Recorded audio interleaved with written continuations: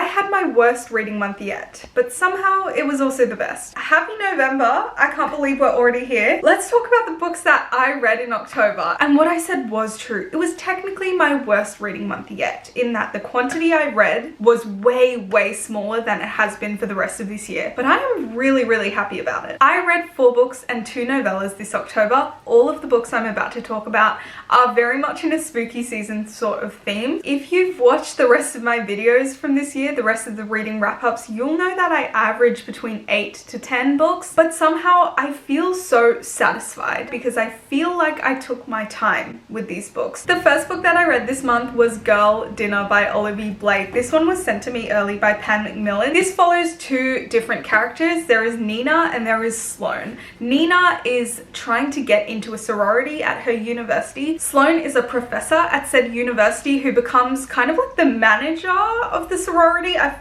forgot what it's called, but like the head of the house. Now, this house is actually a sorority of cannibals. I gave this book 3.25 stars. A lot of this book, particularly when it comes to Sloane's section, is dealing with the difficulty of being held to a standard of perfection for women. A lot of it is about the issue, or like the cost of belonging as well for girls. So I feel like it was taking a pretty insightful concept and insightful idea and turning it campy by creating a house full of cannibals who, via the consumption of humans, they are able to achieve that perfection. By performing this ritual, everything in their life goes well. So if we take a step back, this specific sorority house is incredibly well respected. Everyone seems normal and kind and lovely in the sorority. No one has any health problems. Everyone's life seems wonderful and perfect. And the way that this stuff happens is because they are cannibals. To achieve belonging, to achieve perfection, you must partake in this ritual. Love the concept, but it should have been longer. There should be more like more fleshing out of the story. Overall, the story did need to be just a bit longer for me to really appreciate what the author is trying to do here. This could have had more potential in the hands of a dark academia writer. I think it would be a very interesting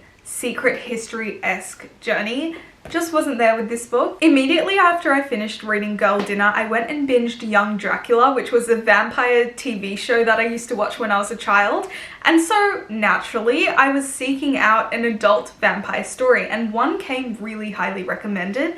It was A Dowry of Blood by S.T. Gibson. This tells the story of Constanta, who was Dracula's first bride, and it charts their toxic, explosive sort of relationship from the point that Constanta is turned into a vampire by Dracula to the eventual downfall of that entire relationship. It's told through the format of letters that Constanta wrote to Dracula, and it goes through that original stage where he was loving and kind, and then gradually over the course of centuries in different continents, he tightens his control over her to an incredibly restrictive point. He also brings other lovers into their marriage, their relationship, and he does the same to them as well. I gave this book 4 stars. It is difficult for me to exactly describe the plot here because it very much is just detailing this relationship, this toxic relationship. What I will say is, if you liked Bury Our Bones in the Midnight Soil, but you want a more dark kind of relationship, then this might be it. It's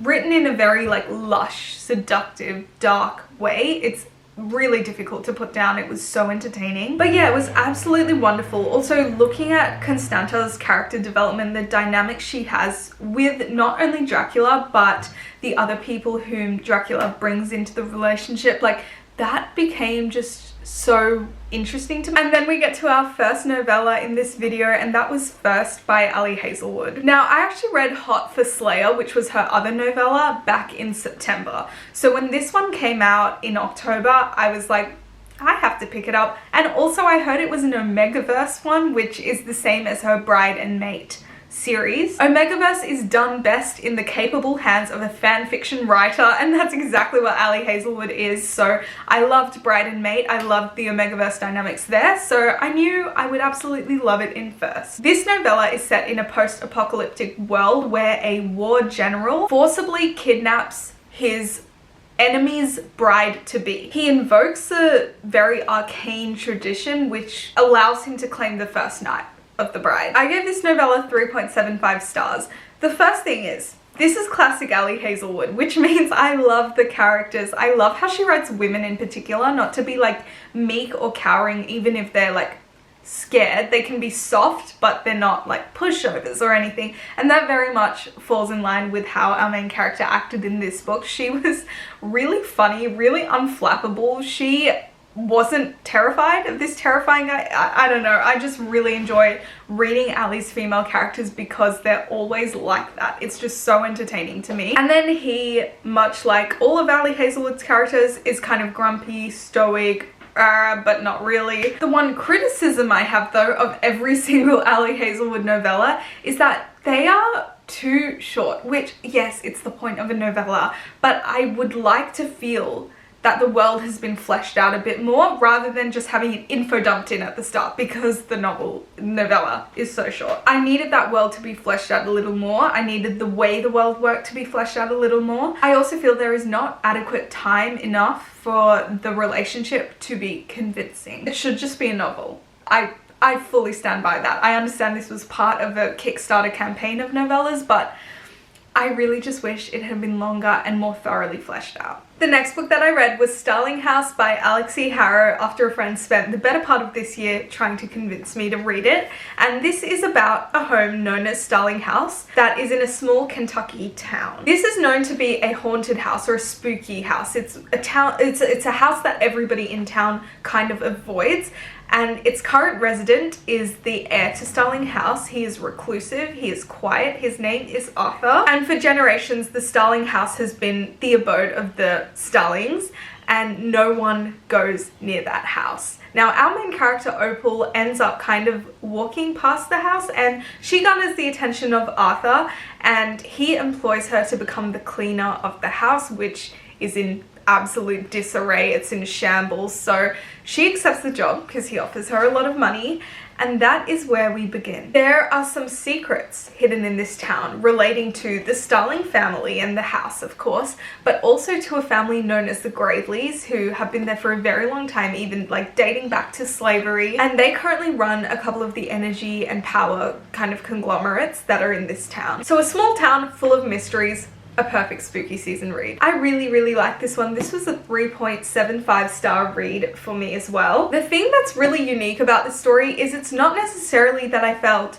super connected to the characters or super connected to the plotline. What really kept me gripped here was the atmosphere. Alexi Harrow is a fantastic writer, and she really made this house and this story in and of itself just feel really eerie, a little bit creepy. There's obviously the idea of the house being haunted or something like that, and those feelings were communicated so perfectly through the writing. Now, with regards to our characters, you have Arthur, who is reclusive, quiet, very lonely kind of guy, and then you have Opal, who is also on her own kind of. She's a headstrong, stubborn thief. As Opal finds out certain snippets of information, so do we. We gradually learn more about the history of the town, the history of Starling House, and I think this was a really unique book. Very glad I read it. My next read was another novella, and it was Six Scorched Roses by Carissa Broadbent. This book takes place in the Crowns of Nyaxia world, in like a mortal sort of land. If you're unaware of that series, in the Crowns of Nyaxia series, it's set in a place called Obertrace, where there are vampires. Now, this takes place in a different land, but it's still part of that universe. So there is a plague that befalls our main character Lilith, her town, and in order to stop this plague from progressing and to find a cure for it, she makes a deal with an Obertrayan vampire whom she knows is like living on the outskirts of that town. She wants 6 vials of his blood extracted over a period of 6 months of time in order to somehow create a cure for her people. Mortals are not particularly accepting towards vampires. It violates their religion, and so this is all done very secretively. That is the basic premise of this story. I give this 4 stars, and I will go ahead and confidently say it was one of my favorite novellas that I've read all year, perhaps the best novella I've read all year. I just complained to you about the fact that in Ali Hazelwood's novella, I really just wanted it to be longer because the plot didn't feel fleshed out enough, the world didn't, the characters and their relationship with one another also didn't, but none of these problems were plaguing this book. I think the difference is that obviously this is set in an already established series, the Crowns of Nyaxia series, so there wasn't really much in the way of the world that had to be done. So it mainly came down to plotline and character arcs. I don't know how Carissa Broadbent managed to pull it off this well, but the characters were so lifelike to me. You had an intelligent and stubborn female main character, a quiet, kind of flirty vampire who tried to be intimidating and kind of failed at that. And their dynamic with each other was so lovely. This is a romantasy novella, by the way, so the romance was the main focus, the relationship between them, because that was split up into like periods of 6 months. I feel like that progression flowed really nicely because of that structure. There was also a plot. Like, Carissa packed this novella full of stuff and it worked out so well. And on to our final book, which is The River's Daughter by Punita Rice, and this was kindly sent to me by the author herself. This book I was really intrigued by when she reached out to me because it is based on Punjabi folklore, and I absolutely love when like South Asian cultures are incorporated into storytelling. It takes place in a town that follows a rigid religion that is oppressive and intensely patriarchal against women. Women have to be silent, they have to obey, you know, the subservience, all of that traditional stuff is in this book. Our main character, her mother vanished a while ago and she is set to be married, she's betrothed and everything.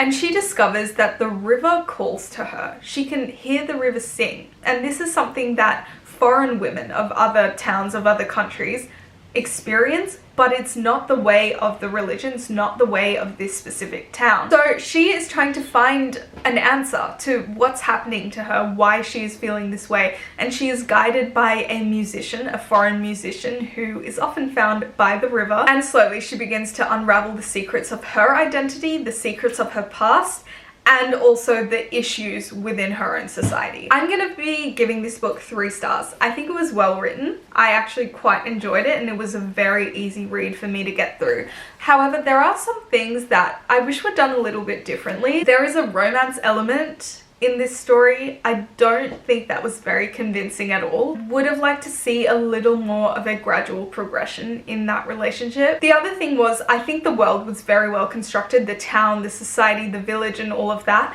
but I think the book would have benefited from more length to it so that we could explore the plot well given this context. A lot of the book was devoted to, like maybe half of it was like just laying the foundations of the world, which meant that the plot was crammed into 150 pages. That was a bit rushed. I would have liked to see this as a series or as a longer book. But can we just look at that cover?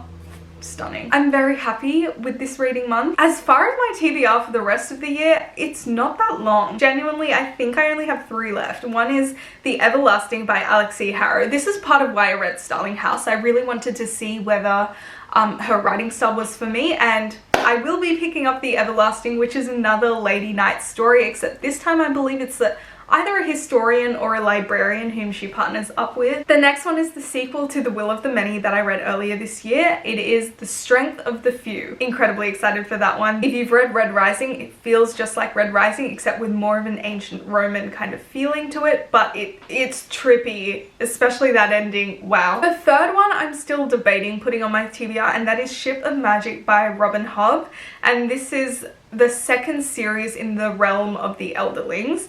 I finished reading the Farseer trilogy, which is that first series, and I enjoyed it, but I feel like I need a break. It's slow paced, it's very character driven, so I do need to devote time to it, and I feel like the best time for me to, you know, give my energy to a book like Robin Hobb's works is when the weather is colder. And it's currently getting warmer and warmer in Sydney, so I don't know if I'll read Ship of Magic this year, but that is on my tentative TBR. And that's all I read this month. Let me know what your favorite book from October was, and I might just add it to my short and sweet TBR. And I will see you next time. Bye!